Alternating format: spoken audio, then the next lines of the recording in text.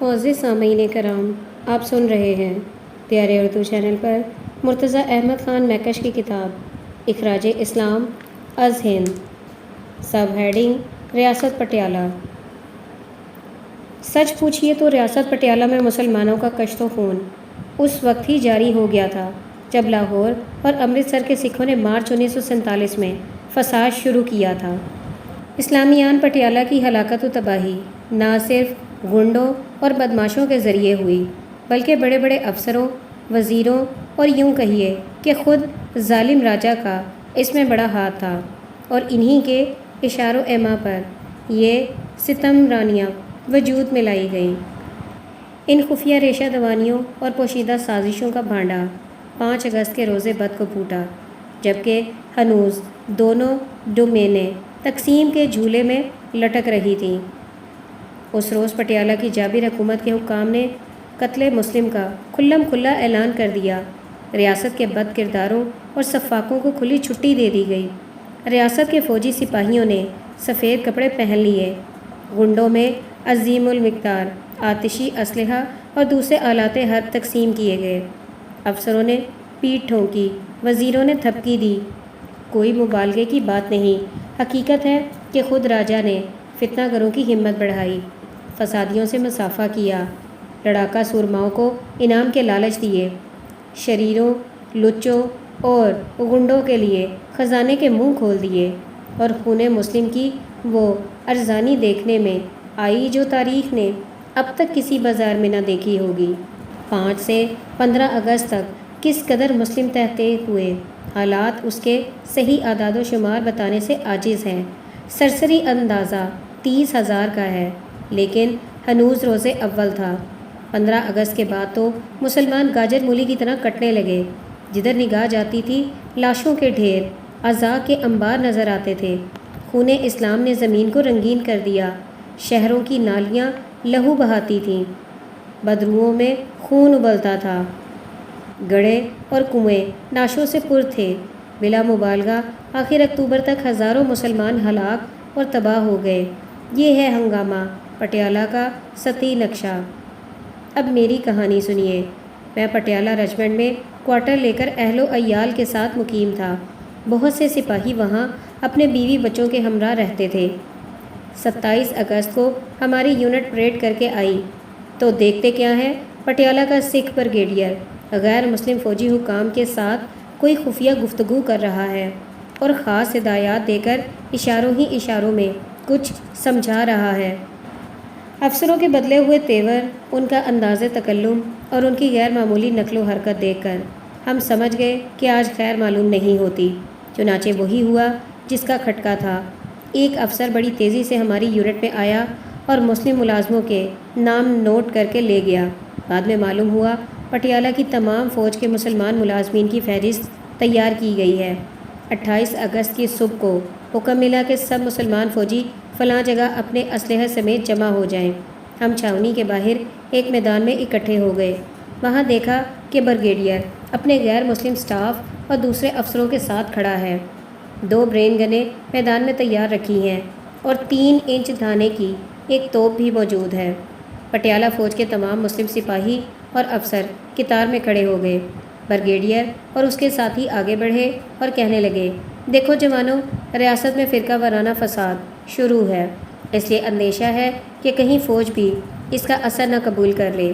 اس خطرے کے پیش نظر کمانڈر ان چیف نے حکم دیا ہے کہ مسلمانوں سے عارضی طور پر ہتھیار لے لیے جائیں، بس تم اپنی رائفلیں اور گولیاں زمین پر رکھ دو۔ یہ خوفناک حکم سنتے ہی مسلمان سہم گئے، منہ پر ہوائیاں چھوٹ گئیں، رنگ زرد ہو گئے، آنکھوں میں آنسو بھر آئے۔ ایک نے دوسرے کی طرف دیکھا، آنکھوں ہی آنکھوں میں رائے لی، لیکن ہر چشمزار نے بے کسی و بے بسی کا اظہار کیا۔ سنا نہیں کیا حکم ملا تم کو؟ سکھ میجر کڑک کر بولا، اور اس کڑک کے ساتھ ہی ہم نے کانپتے ہوئے ہاتھوں سے رائفلیں اور گولیاں ان کے سپرد کر دیں اور نہتے ہو کر بیٹھ گئے۔ سکھ افسروں نے اسلحہ اٹھا کر اپنے سپاہیوں کے حوالے کیا، جو میگزین میں جمع کر دیا گیا۔ اس منمانی کارروائی کے بعد ہمیں حکم ملا کہ اپنی بارکوں میں چلے جاؤ۔ جو ہی ہم نے منہ موڑ کر مارچ کیا، ہم پر برین گنوں سے فائرنگ شروع ہو گئی اور آن واحد میں نہتے اور بے بس سپاہی سینکڑوں کی تعداد میں ہلاک ہو گئے۔ جو آدمی بچ کر اپنے کوارٹر میں گیا اس کو اہل و اطفال کے ساتھ وہیں جنت رسید کر دیا گیا۔ مسلمان افسروں اور سپاہیوں کی بیویاں اور لڑکیاں اغوا کر لی گئیں۔ میری بیوی بھی گولی کا شکار ہوئی۔ نوجوان لڑکی کا اب تک پتہ نہیں چلا۔ تمام بچے کوارٹر ہی میں شہید ہو گئے۔ میں اپنا مال بچہ کٹوا کر مال اسباب لٹا کر بچ گیا۔ زخم ضرور آئے لیکن جھاڑیوں کی پناہ لے کر اپنے 21 ہمراہیوں کے ساتھ چھپتا چھپاتا پاکستان آ گیا۔ راستے میں ایک ہمراہی نے بتایا کہ 1500 مسلمان فوجیوں میں سے صرف 200-300 بچ کر نکلنے میں کامیاب ہوئے۔ سید اشرف علی صاحب فاضل جے پوری رقم تراز ہیں۔ میں نارنول ریاست پٹیالہ کے حالات لکھتا ہوں۔ 16 ستمبر کو کوئی 50,000 جاٹوں اور راہبروں نے قصبے کو چاروں طرف سے گھیر لیا۔ نارنول کے بہادر مسلمانوں نے 24 گھنٹے شدید مقابلہ جاری رکھا، حالانکہ حملہ آوروں کی تعداد ان سے 3 گنا زیادہ تھی۔ اتنے میں سکھ ملٹری نے ہندوؤں کی خالی دکانوں پر مشین گنیں اور 2 انچ دھانے والی توپیں نصب کر لیں۔ مقامی ہندوؤں کو پہلے ہی محفوظ مقامات پر پہنچا دیا گیا تھا۔ 48 گھنٹے کے مسلسل فائرنگ کے بعد سارے شہر میں آگ ہی آگ نظر آنے لگی۔ مسلمانوں کی لاشوں کے پشتے لگ گئے۔ ابھی کچھ مسلمان اپنے پختہ مکانوں میں محفوظ بیٹھے تھے۔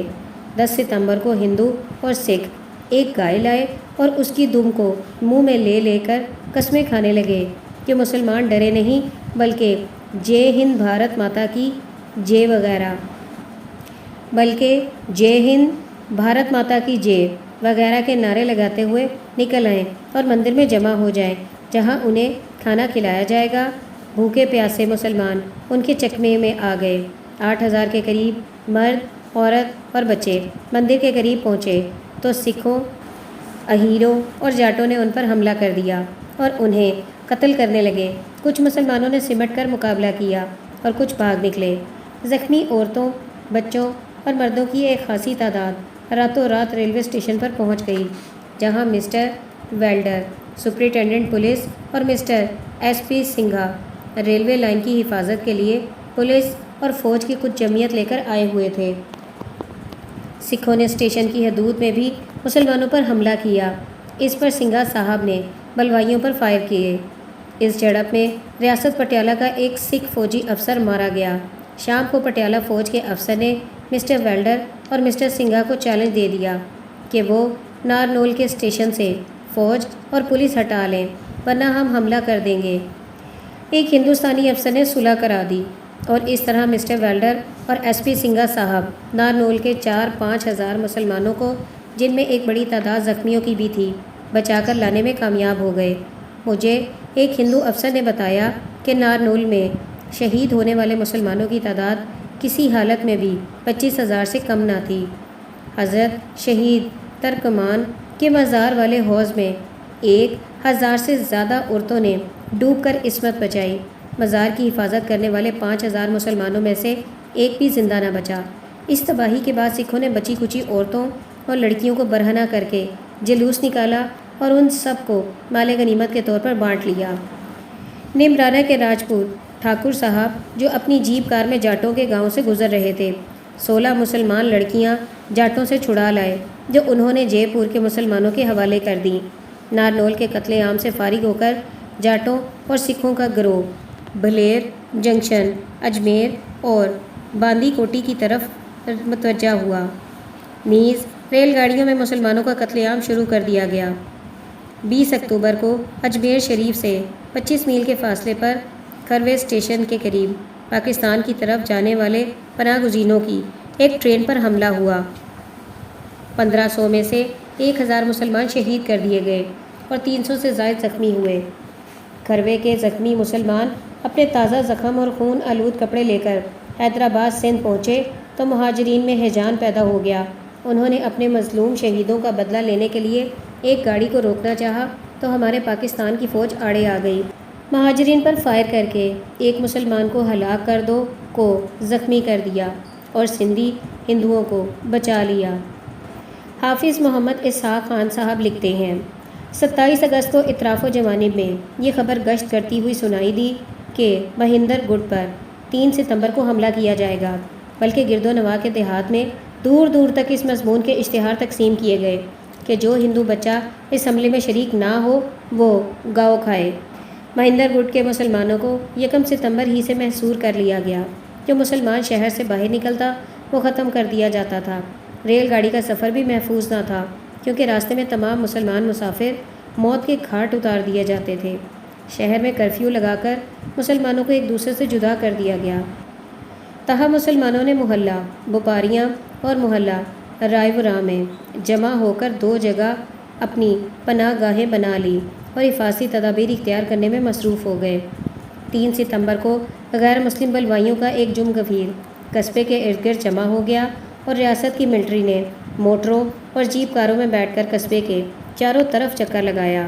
اس روز حملے کا شدید خطرہ تھا، لیکن حملہ نہ ہوا۔ 6 ستمبر کو سنا کہ ضلع نارنول کے مسلمانوں پر حملہ شروع ہو گیا ہے۔ اس حملے میں جے پور، بیکانیر، نابا، جین، الور، بھرت پور اور ضلع نارنول کے 80-90 ہزار بلوائی شریک تھے، اور ریاست پٹیالہ کی ملٹری بھی ان کا ساتھ دے رہی تھی۔ شہر نارنول میں 3 دن تک مسلمانوں کا قتل عام جاری رہا۔ حملہ آوروں نے مشین گنیں، برین گنیں اور توپیں استعمال کیں اور شہر کے چاروں طرف آگ لگا دی۔ شہر نارنول میں 15,000 مسلمان آباد تھے۔ 10,000 باہر سے آ کر اس شہر میں جمع ہو گئے تھے۔ کل 25,000 مسلمانوں میں سے صرف 3-4 ہزار اپنی جانیں بچا کر بھاگ سکے۔ ہزاروں جوان عورتیں اور لڑکیاں حملہ آوروں کے قبضے میں چلی گئیں۔ ریاست کی ملٹری نے ان عورتوں کو مادرزاد برہنہ کر کے جلوس نکالا۔ 9 ستمبر تک شہر نارنول کا قصہ تمام کر دیا گیا اور اعظم آباد گرد و نواح کے مسلم دیہات کو جلا دیا گیا۔ 11 ستمبر کو تھانے دار مہندر سنگھ نے شہر مندر گڑھ کی شمالی جائے پناہ یعنی محلہ بپاریاں پر فائرنگ شروع کرا دیا۔ اس کے بعد بلوائیوں اور ریاست کی باقاعدہ فوج کے جوانوں نے محلہ پر یورش کر دی اور مسلمانوں کو بے دریغ قتل کرنے لگے۔ مردوں، عورتوں، بچوں اور بوڑھوں کو بلا امتیاز موت کے گھاٹ اتارا گیا۔ شام کو فائرنگ بند ہوئی تو محلہ بپاریاں کے بچے کچے مسلمانوں میں سے 400 کا ایک قافلہ جمعہ دار نصیر احمد خان جاگیردار کے ہمراہ موزہ یوانہ کی طرف چل دیا۔ باقی ماندہ 200-300 مسلمان محلہ راٹھورا میں چلے گئے، جہاں پہلے بھی بہت سے مسلمان جمع تھے۔ جو لوگ موزہ یوانہ کی طرف گئے تھے انہیں بلوائیوں اور فوجیوں نے راستے میں گھیر لیا اور ان میں سے 300 آدمی ختم کر دیے اور موزہ مالڑی کو جہاں یہ واردات ہوئی آگ لگا دی۔